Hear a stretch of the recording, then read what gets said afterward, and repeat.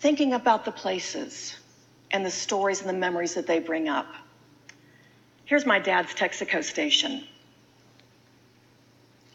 And thinking about how hearing the ding ding whenever a car would roll over the alarm hose out of the pumps. And to this day, and my dad's been retired for decades, but to this day, when I go someplace and smell new tires, I'm right back there.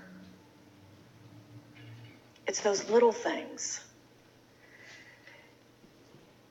It's the beloved Christmas cookie recipe. Beloved in terms of we love the cookies, and you can tell we love this recipe looking at the shape that it's in. I had to take a picture of it in order to preserve it. But it's the story of how it takes two people to make these cookies.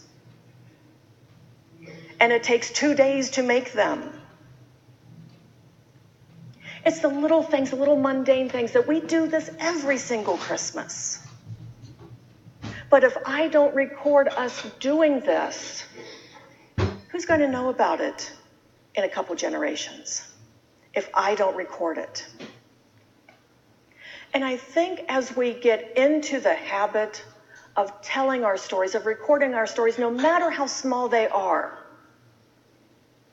it will help us get into the habit of recording the stories and will make us more comfortable when we have the big stories that we need to tell.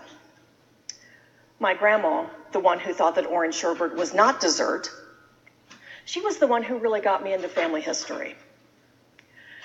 And Grandma actually wrote in a little, just 3-hole punch notebook, memories of when she was a girl and a young adult.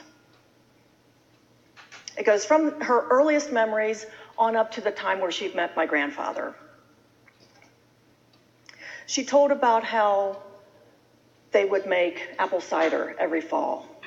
And she told about how the family lost their home and almost all of their possessions in the flood of 1913. And she also wrote memories of her little brother. Grandma was the oldest. These are her words. In 1918, the flu epidemic broke out. Everyone around us was having it, and Mother and Dad were very sick, and so were my sisters. Ralph and Harold and I had it first, and before we were really well, the others took it. There was no one to take care of the sick but my brothers and me. Our neighbors would come and chop wood and run errands, go to the store. And the women would bake bread and cook a pot of chicken and noodles or vegetable soup, but nobody came in. The morning he got sick, I was washing the dishes and cleaning up the bedrooms of my brothers, and Tommy kept following me around. I asked him, "Tommy, don't you feel good?" And he said, "Ada, rock me." I stopped doing what I was doing and sat down and rocked him. Dad and Mother were both in bed, and Mother said, "Ada, is Tommy sick?"